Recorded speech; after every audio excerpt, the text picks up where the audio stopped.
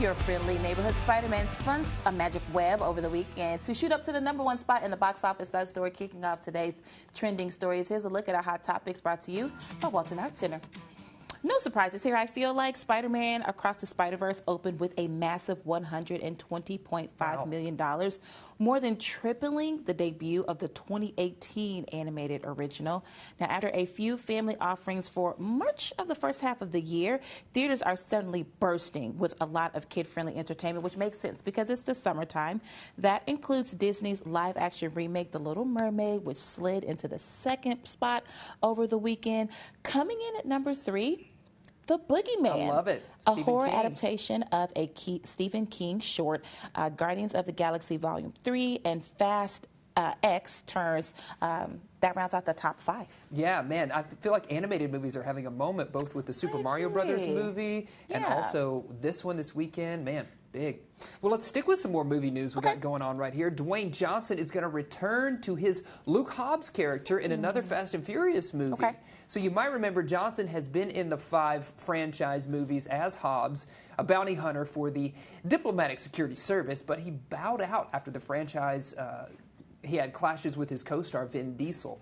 But last week, Johnson posted on his Instagram saying him and Diesel, quote, put all the past behind us. So the two may not be on screen together in the yet untitled movie, but Johnson will have a cameo and Diesel will be a producer. So stay on the lookout for this one coming up. I'm glad that they kind of put that behind us because I did enjoy watching The Rock in the movies and stuff. So I kind of like that they made up, if you will. Yes, and he's part of the ride at Universal as well. I mean, how can you how could you not? Okay, that could be part of the reason. Well, Walt Disney Studios hoping for a magical success as it announced a new production to a smash sequel. Check this out. Disney confirmed Hocus Pocus 3.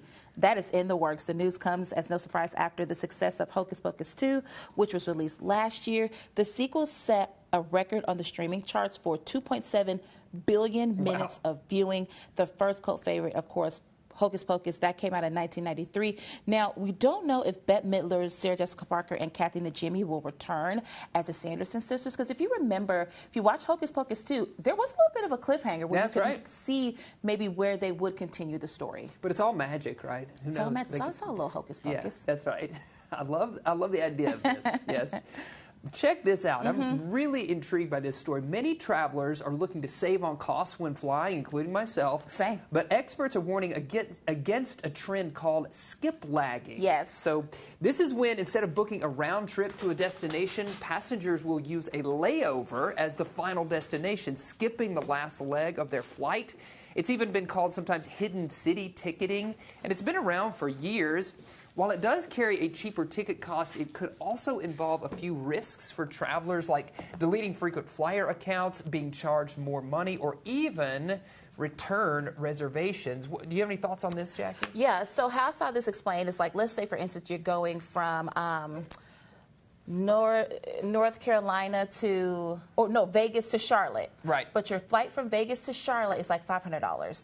But if you book a flight that gets you to where you're going and your final destination is your layover, you just have your layover as your final destination. I've actually done that once before, not on purpose. It's just because when I got to my layover, which I just made my final destination, it made sense to not continue my final leg of the trip. But I did see a lady on social media said, well, I'm a travel agent, and this impacts us big time because if airlines are seeing like our clients do this, they won't work with us. Oh, interesting. So I thought that was interesting. Yeah, there are some repercussions for doing this. Is very interesting and actually something I hadn't thought about for a long time. Me either, but now I've got ideas. Yeah. Well, this is a very cute story. A news station in South Bend, Indiana, WNDU, has been keeping an eye on these birdies right here. Because guess what? They laid eggs, and some of the eggs are starting to hatch. Okay. So the birds laid the 3 eggs in April. They're having a celebration by having a naming contest of the 3 birds that have hatched. Now, this story was from over the weekend, and I know for sure 1 egg has hatched. I imagine by now all of them have hatched, but I'm not for sure. But you can go over to WNDU's website. Oh, so cute. Pitch your name for these cute little birdies. I love it. So yes. cute. Check this one out. Hundreds of boaters in Florida started their weekend early with an annual tradition. Organizers say Boater Skip Day is one of the largest boating events in Northeast Florida. Each year, boaters converge on Bayard Point and Green Cove Springs, and this is the 9th Boater Skip Day since they officially adopted the name.